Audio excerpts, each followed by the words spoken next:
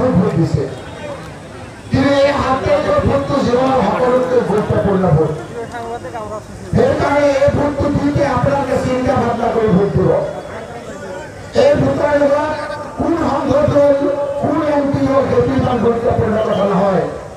এই ভোটৰ লগত আপোনালোকৰ জীৱন জড়িত হৈ আছে এই ভোটৰ লগত আপোনালোকৰ ল'ৰা ছোৱালীৰ ভৱিষ্যত জড়িত হৈ আছে এই ভোটটো যদি ভুল হৈ যায় ৰাইজ 7 তাৰিখে যদি আমাৰ ভুল হৈ যায় আমি যদি হাতৰ চিৰত দিলোঁ বেলেগত দিলোঁ 8 তাৰিখে কিন্তু ইয়াৰ নচি কৰি একো লাভ নাই কাৰণ ডক্টৰ হিমন্ত বিশ্ব শৰ্মা মুখ্যমন্ত্ৰীয়ে আমাক বহুত অত্যাচাৰ কৰিছে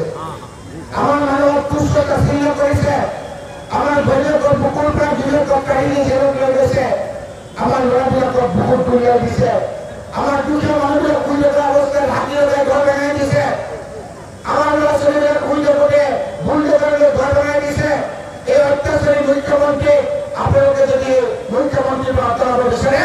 আপোনালোকে বদলি ৰাজপথ ডাঙৰীয়াক এটা ভোট দি দিব ৰাইজ আপোনালোকে কংগ্ৰেছ পাৰ্টি ভোট আপোনালোকে দিলে সংগ্ৰহ কৰক মই এই দুপৰীয়া আপোনালোকক কথা দিছোঁ আমি মোলা মাত্ৰ উপস্থিতি আপোনালোকৰ বিপদৰ সময়ত মই ৱালৰ দৰে থিয় হৈ থাকিম নাই আপোনালোকক মই এজন মূল বনাবলৈ দিলোঁ আপোনালোকে সংগ্ৰহ কৰক এজন সীমান্ত নহয় দুজন সীমান্ত নহয় 50জন সীমান্তই আপোনালোকৰ গাঁৱৰ লোক ল'ব নোৱাৰে মই ৱালা কৰিছোঁ আপোনালোকক মই আজি অনুৰোধ কৰিম আমি বহুতে পাহৰি গৈছোঁ যেতিয়া নিৰ্মাণ ঘটে NRC কাম হ'বৰ কাৰণে আমি কাগজ পত্ৰ লৈ এই মানগাছাৰ এই টুংগি এই হাজিৰহাটৰ পৰা দুৰ্বি যাবলগীয়া হৈছে যোৰহাট যাবলগীয়া হৈছে শিৱসাগৰ যাবলগীয়া হৈছে গুৱাহাটীত যাবলগীয়া হৈছে হয় নে নহয় সেই সময়ত আপোনালোকৰ NRC নাম নহ'বৰ কাৰণে সুপ্ৰিম কোৰ্টত গৈছিল জমিয়ত উলামা হিন্দ আছলাম নাদানী চাহাবৰ জমিয়ত উলামা হিন্দ মুস্তাক কামফৰ কামচুৰ তলত লৈ মই ৰকিবুল হুছেইন তালৈ গৈছিলোঁ আমাৰ বিধায়কসকলক লগত লৈ গৈছিলোঁ ডাঙৰ ডাঙৰ মিটিং কৰিছিলোঁ আমি কপিল চিবালত কৰিছিলোঁ ইংৰাজ বস্তিৰত কৰিছিলোঁ বিবেক কাংগাত কৰিছিলোঁ আমি সলমান কৌশিকত কৰিছিলোঁ আৰু আপোনালোকৰ যাতে আমাৰ অন্তৰ্ভুক্ত হয় তাৰ কাৰণে এজন উকিলক এবাৰ থিয় হ'লে 15 লাখ টকাকে লাগে এজন উকিলক যদি 15 লাখ টকা লাগে এদিনত আমি 50 বাৰ এনেদৰে থিয় কৰাব লাগিছিল ৰাইজ মই আজি আপোনালোকৰ পৰা জানিব বিচাৰোঁ বজাৰদিন ৰাজপথ ডাঙৰীয়াই সেই সময়ত আপোনালোকৰ ওচৰলৈ আহি সহায় কৰিছিল নে ৰাইজ কোনোবা উকিল লৈছিল নে ৰাইজ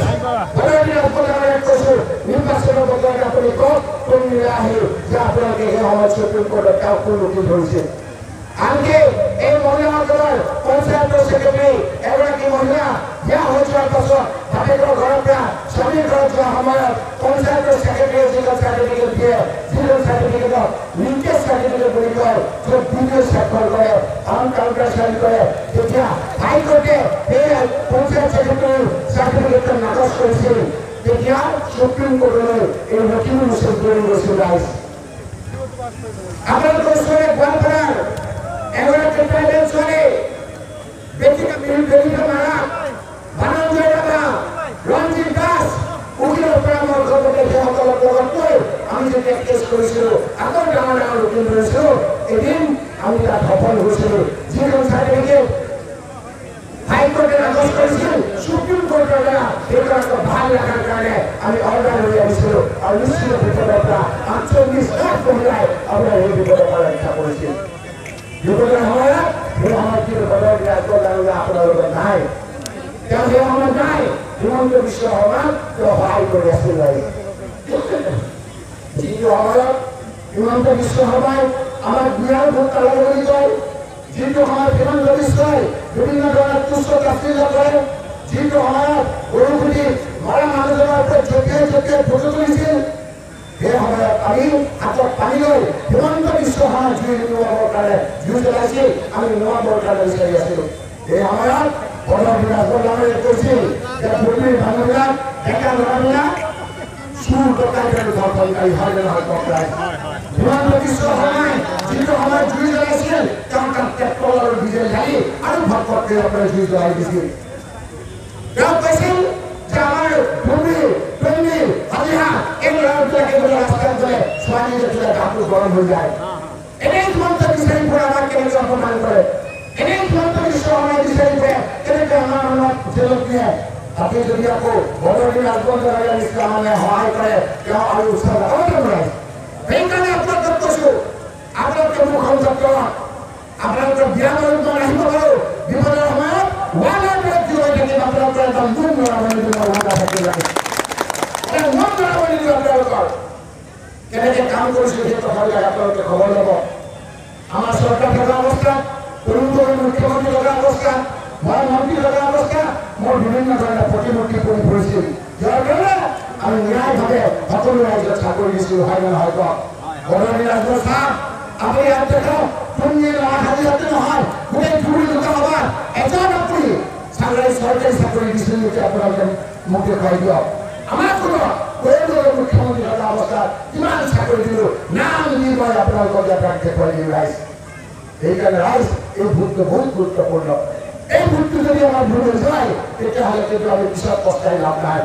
এইবাৰ আপোনালোকে ভোট দিবলৈ ৰাইজ